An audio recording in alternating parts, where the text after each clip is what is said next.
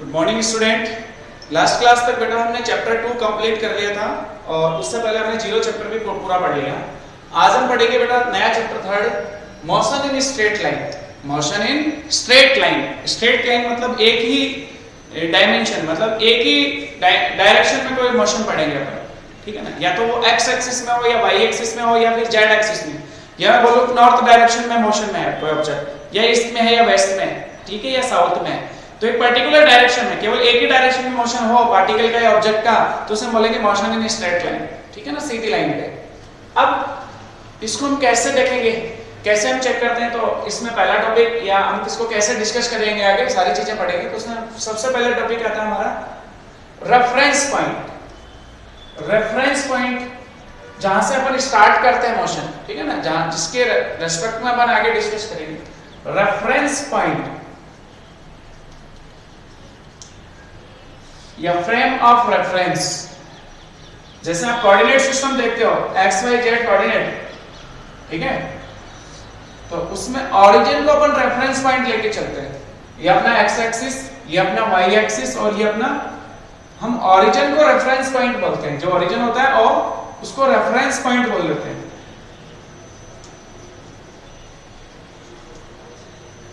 हम जो भी मोशन होगा, चाहे मोशन इन स्ट्रेट लाइन हो, मोशन इन 2D हो, 3D हो, हम फ्रेम ऑफ रेफरेंस या रेफरेंस पॉइंट जो है वो ओरिजिन ही कंसीडर करते हैं।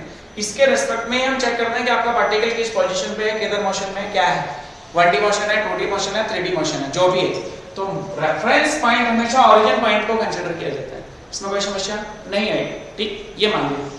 अब अगर आपको रेफरेंस पॉइंट पता चल गया, तो उसके बाद अगर मोशन इन स्ट्रेट लाइन बात करें, या तो पार्टिकल आपका एक्स एक्सिस में मूव कर रहा हो, या पार्टिकल आपका वाई एक्सिस में मूव कर रहा हो, या पार्टिकल आपका जेड एक्सिस में मूव कर रहा हो, या तो एक्स एक्सिस में मोशन हो, या वाई एक्सिस में मोशन हो, या फिर जेड एक्सिस में मोशन हो, केवल एक लाइन के अक्रॉस या केवल एक डायरेक्शन में मोशन, तो उसको बोलेंगे मोशन इन स्ट्रेट लाइन, ठीक है।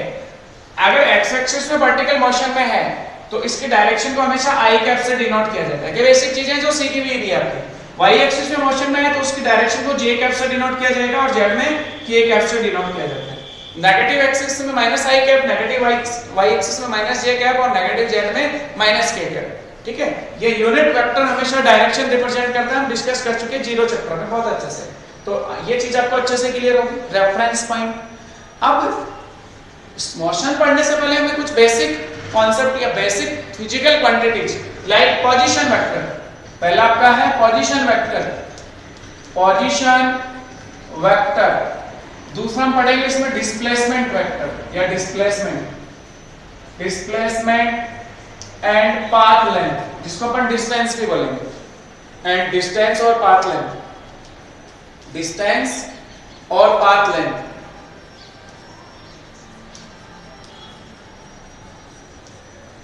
डिस्टेंस बोलूं या पाथ लेंथ बोलूं, तो हम तीन टॉपिक या तीन फिजिकल क्वांटिटीज जो मोशन के लिए इंपॉर्टेंट है वो डिस्कस कर रहे हैं पहले। उसके बाद हम स्पीड वेलोसिटी की भी बात करेंगे, एक्सेलरेशन की भी बात करेंगे। पहला है पोजीशन वेक्टर, दूसरा हमारा डिस्प्लेसमेंट, तीसरा डिस्टेंस। तीनों में फर्क समझो और तीनों को समझो अच्छे से, बहुत इजी है। पोजीशन वेक्टर, इसके नाम से पता चल रहा है ये पार्टिकल के या किसी पार्टिकल के मोशन के पोजीशन को रिप्रेजेंट की कहां पे है वो पार्टिकल, तो उसको अपन रेफरेंस पॉइंट से ही डिनोट करते हैं। कि मान लो एक पार्टिकल पी पॉइंट पे था यहां पे, जिसकी पोजीशन मैं बताऊं ओरिजिन से ये थी r1,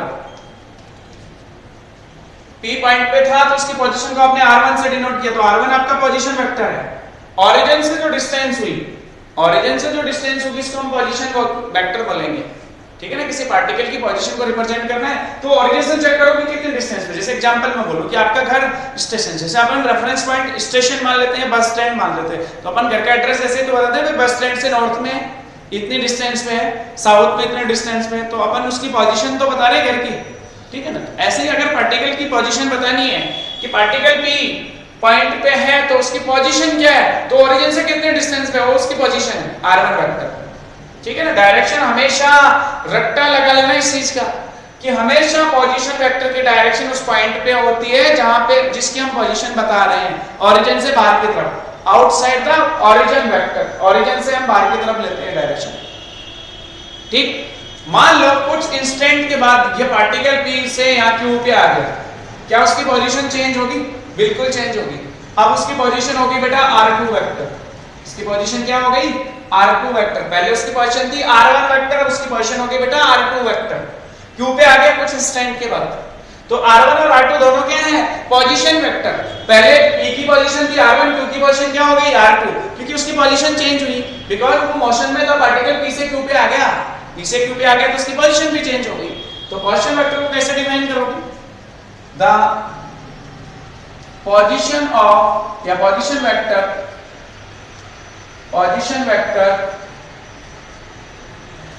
represent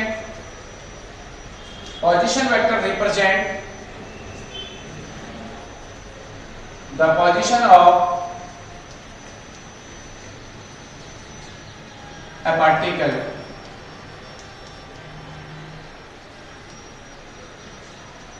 position of particle कि वो कहां पे है, कैसे represent here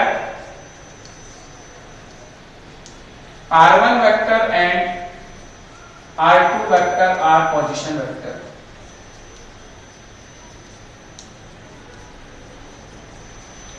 here r1 vector and r2 vector are position vector, r1 और r2 को हम क्या बोलेंगे पोजीशन वेक्टर। अगर इसकी यूनिट पूछी जाए तो पोजीशन एक्चुअल में डायरेक्शन बता रहा है, r1 वेक्टर एक पोजीशन है तो मीटर में मेजर करेंगे इसको, ये जो डिस्टेंस है इसको किससे मेजर की जाएगी मीटर में। नेक्स्ट डिस्प्लेसमेंट, नेक्स्ट टॉपिक आपका है डिस्प्लेसमेंट। देखो डिस्प्लेसमेंट को भी समझते हैं क्या चीज है, डिस्प्लेसमेंट वेक्टर और डिस्प्लेसमेंट। अब जो डिस्प्लेसमेंट की बात करी जाए तो ये एक तरह की डिस्टेंस हुई, मान लो पार्टिकल पहले p पे था फिर q पे आ गया, ये इसकी इनिशियल पोजीशन हुई, ये इसकी फाइनल पोजीशन हुई। तो इनिशियल और फाइनल पोजीशन के बीच की जो मिनिमम डिस्टेंस है उसे बोला जाता है displacement vector. The minimum distance between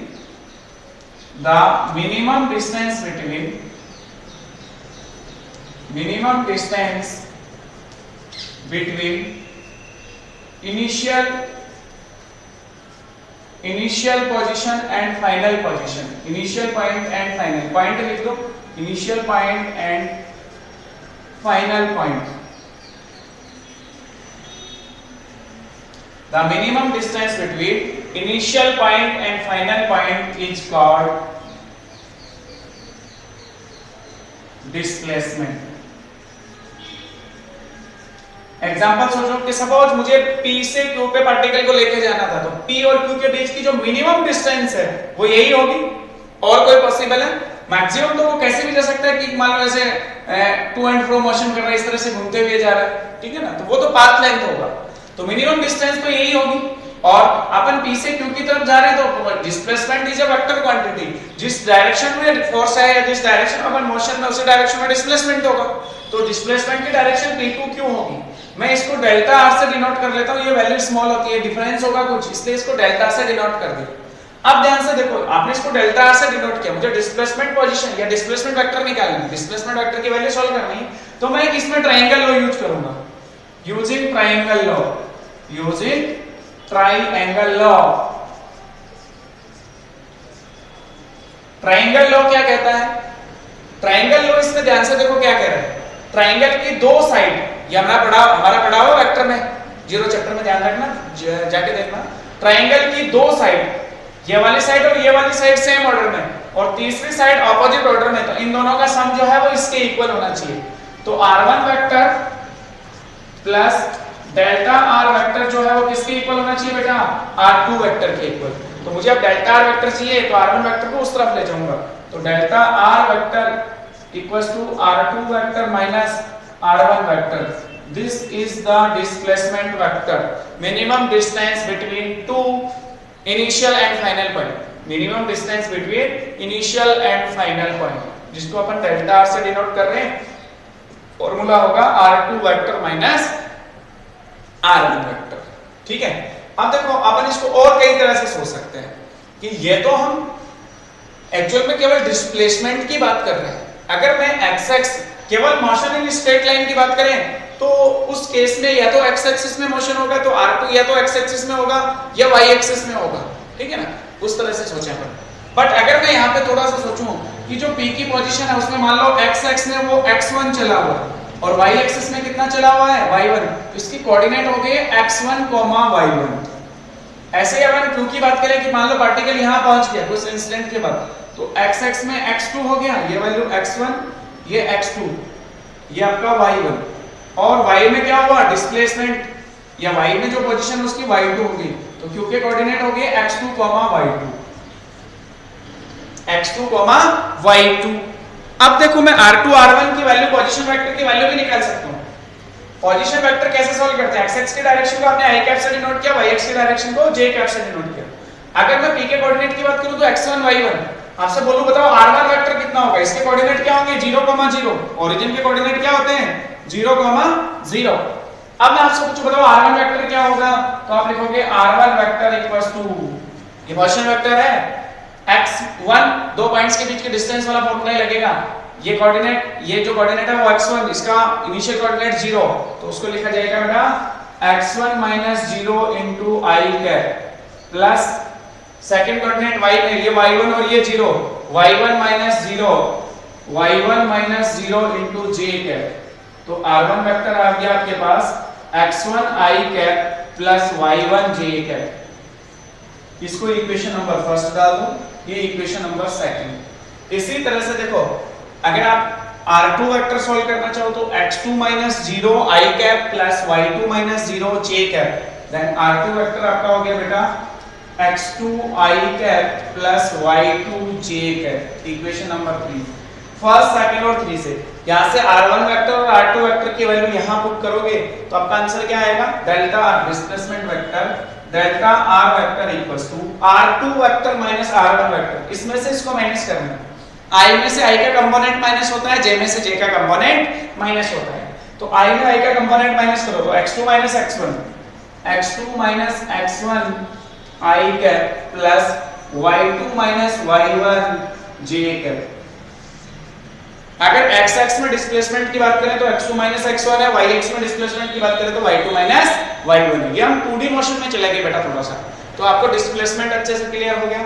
displacement, the minimum distance between final point and initial point is called displacement, it is a vector quantity, इसकी यूनिट मीटर होती है, इस तरह से हम इसको चेक करते हैं, ठीक है। अब बात करें तीसरा, पाथ लेंथ या डिस्टेंस। पाथ लेंथ या डिस्टेंस की बात करी जाएगी तो वो तो आपकी टोटल डिस्टेंस होगी या टोटल पाथ लेंथ। जैसे मान लो पार्टिकल ऐसे नहीं चल के यहां से यहां तक चलना है उसको, a से b तक, तो मिनिमम डिस्टेंस तो ये होनी चाहिए, बट अगर वो ऐसे चल रहा है तो टोटल पाथ लेंथ, ये वाले डिस्टेंस प्लस ये वाले डिस्टेंस फिर ये वाले डिस्टेंस फिर ये वाले डिस्टेंस, ठीक है ना, ये टोटल पाथ लेंथ है, उसको अपन क्या बोलते हैं डिस्टेंस। तो डिस्टेंस की भी डेफिनेशन लिख लो, distance the total path length, total path length between two point, initial and final point is called, the total path length between 2 points is called distance, is called distance। it is scalar quantity, इसमें direction matter नहीं करती, इसकी unit ऐसा unit metre ही होती है, CGS unit centimetre होती है, ठीक है ना, और ये स्केलर क्वांटिटी होती है, इसमें डायरेक्शन मैटर नहीं करती कि आप किस डायरेक्शन में कैलकुलेट कर रहे हो, ठीक है। तो ये आपको डिस्प्लेसमेंट, डिस्टेंस और पोजीशन वेक्टर अच्छे से क्लियर हो गया। अब इसको देखो न्यूमेरिकल सॉल्व करते हैं अपन, छोटे छोटे क्वेश्चन डिस्कस करते हैं। हमने जीरो चैप्टर में भी इस टॉपिक को डिस्कस किया था, पर वहां थोड़ा सा इतना ये पोजीशन वेक्टर में ये नहीं पढ़ा था हमने इतना, ठीक है ना। अब थोड़ा सा अपन डिटेल से पढ़ेंगे क्योंकि बेटा ये आपने अच्छे से कर लिया तो सारा अच्छे से आना चाहिए, वेक्टर की फॉर्म में ही सीखेंगे अपन सारा, ठीक है ना। तो जो भी चीजें हमारे पहले डिस्कस करी वो सब अच्छे से आनी चाहिए। अब देखो मैं एक न्यूमेरिकल सॉल्व कराता हूं आपको कि सपोज आपके पास एक कार्ड है और उसको straight line motion in 1D या स्ट्रेट लाइन मोशन की बात करनी है, तो मान लो ओरिजिन यहाँ पे था, यहाँ से स्टार्ट किया आपने, यहाँ से चले आप इधर 40 मीटर, फिर 80 मीटर, फिर 120, 160, 200 मीटर तक, ये मीटर में लिया हुआ है एक्स एक्सिस। इधर आपका माइनस में होगी, -40 वैल्यूज, -80, -120, ये आपका ओ पॉइंट है ओरिजिन, इसको आपने Q पॉइंट दे दिया, इसको आपने बोल दिया P पॉइंट, ठीक है। मैं एक एग्जांपल आपसे पूछूं फर्स्ट कि मान लो आप O से सीधा Q गए, Q से P गए, O से P पे चले, P से Q पे चले, टोटल पाथ लेंथ या डिस्टेंस बताओ कितनी होगी, डिस्टेंस कितनी ट्रेवल करी आपने, तो आप डिस्टेंस लिखोगे बेटा O से Q तक की 120 प्लस फिर यहाँ तक हो गई टोटल 200, डिस्टेंस कितनी होगी 200 मीटर। आप सोचोगे कैसा सवाल करा रहे हैं सर, बहुत इजी सा सवाल है, केवल डिस्टेंस के लिए नहीं करा रहा, मैं साथ में डिस्प्लेसमेंट भी सॉल्व करूंगा। डिस्प्लेसमेंट देखो इस situation, displacement final point O से P तक चलना है, फाइनल पॉइंट की पोजीशन क्या है 200, इनिशियल पॉइंट की पोजीशन क्या है 0, 200 माइनस 0, आंसर कितना है बेटा 200 metre. Final point minus initial point 200 metre answer. इसी तरह से अगर मैं और सोचूं कुछ कि नहीं मैं तो ऐसे जाऊंगा, O से Q गया, Q से P गया, फिर P से वापस Q पे आ गया, मतलब आपकी गाड़ी ऐसे चली, कार Q तक आई, Q से P तक आई, P से वापस घूम के आके Q पे रुक गई, ये कंडीशन है। बताओ इस केस में डिस्टेंस कितनी ट्रेवल करी, डिस्टेंस बोलो इस केस में, आप बताओ कि डिस्टेंस, भाई साहब गाड़ी यहाँ से चली यहाँ तक 200 मीटर हो गई, फिर 200 मीटर से वापस घूमी और 120 पे आके रुकी, तो ये वाला डिस्टेंस और चेक कर लो कितनी हुई, 200 प्लस ये 80 मीटर होगी, 40 40 80 टोटल पाथ लेंथ लिया जाता है, तो ये टोटल हो गई 200 प्लस 80, 200 प्लस 80, भाई 120 पे आके रुकी है ना, तो 200 प्लस 80 280 मीटर, 280 मीटर, तो डिस्टेंस आपकी हुई 280 मीटर। अब आपसे पूछा जा रहा था डिस्प्लेसमेंट कितना हुआ भाई, displacement final point minus initial point, position of final point, final वापस कहां पे आ गया वो Q पे 120, इनिशियल पॉइंट की पोजीशन क्या है 0, तो आप लिखोगे 120 माइनस 0, आंसर आया 120 मीटर। नहीं मेरी गाड़ी तो वापस यहां से चल के यहीं आ गई। अगले केस में एक और एग्जांपल की बात करें इसी में, छोटा सा एग्जांपल कि पहले गाड़ी O से P चली, P से फिर Q आई, Q से वापस O पे आ गई, O से P तक गई सीधी, फिर P से Q, फिर Q से O आ गई, टोटल पाथ लेंथ डिस्टेंस बताओ कितनी होगी इस केस में, डिस्टेंस 200 इधर गई, 200 वापस आई, 400 हो गई, 200 plus 200 total path length 400 metre.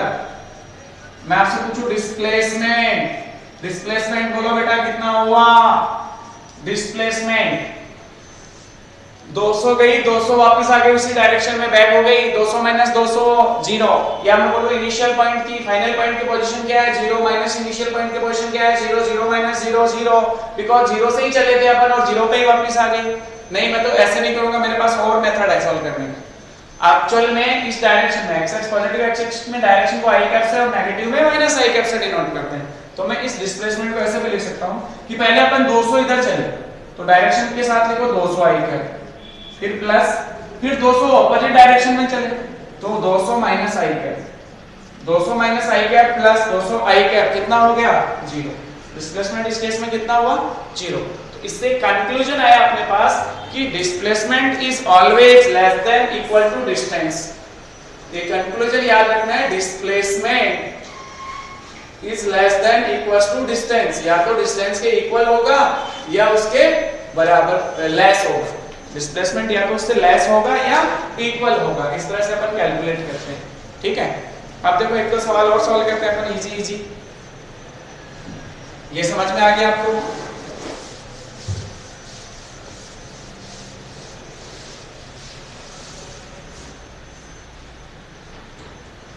एक पार्टिकल A पॉइंट से चला B तक ऐसे 4 मीटर, फिर B से C चला 3 मीटर, बताओ टोटल डिस्टेंस कितने ट्रैवल करी, जनरल क्वेश्चन है, 4 प्लस 3 पहले भी किया हुआ है 7 मीटर।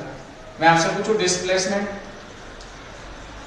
डिस्प्लेसमेंट बताओ डिस्प्लेसमेंट कितना हुआ, फाइनल इनिशियल पॉइंट A है, फाइनल पॉइंट C है, दोनों के बीच की मिनिमम डिस्टेंस यही हो सकती है, और ये अपन कैलकुलेट कर लेंगे पाइथागोरस से, 4 स्क्वायर प्लस 3 स्क्वायर कितना हो गया 5, 25 का रूट 5, 5 मीटर। देखो इस केस में डिस्प्लेसमेंट 5 मीटर है, डिस्टेंस 7, कंडीशन फॉलो हो रही है, सही है, displacement is less then distance. ठीक है, इसी तरह से और छोटे छोटे सवाल अपन सोल्व करें तो देखो इजी है। मान लो एक पार्टिकल सर्कल पे घूम रहा है, इसकी रेडियस r है, यहां से चला ये पॉइंट से, एंटी क्लॉकवाइज घूम के वापस वहीं आ गया। बोलो डिस्टेंस कितने ट्रेवल करी इसने? डिस्टेंस 2 पाई r, सरकमफ्रेंस के इक्वल। डिस्प्लेसमेंट कितना होगा? 0 बेटा, क्योंकि जिस पॉइंट से स्टार्ट होके जा रहा है उसी पॉइंट पे वापस पहुंच रहा है, तो डिस्प्लेसमेंट क्या हो गया? 0। डिस्प्लेसमेंट क्या हो गया? 0। मैं सेमी सर्कल पे बात करूं, ये सेंटर, ये रेडियस r और ये भी r, a से चला b तक। आपसे पूछा जाए डिस्टेंस, बोलो distance semi circle, half circle travel किया पाई r। डिस्प्लेसमेंट इनिशियल पॉइंट और फाइनल पॉइंट के बीच की minimum distance r plus r कितना हो गया? 2r। इस तरह से हम काफी क्वेश्चन, छोटे छोटे क्वेश्चन डिस्कस करेंगे, और बाकी बेटा हम नेक्स्ट क्लास में पढ़ेंगे वेलोसिटी, स्पीड, उसके टाइप्स, एक्सेलरेशन के टाइप्स, वो बाकी सब नेक्स्ट क्लास में डिस्कस करेंगे। Thank you.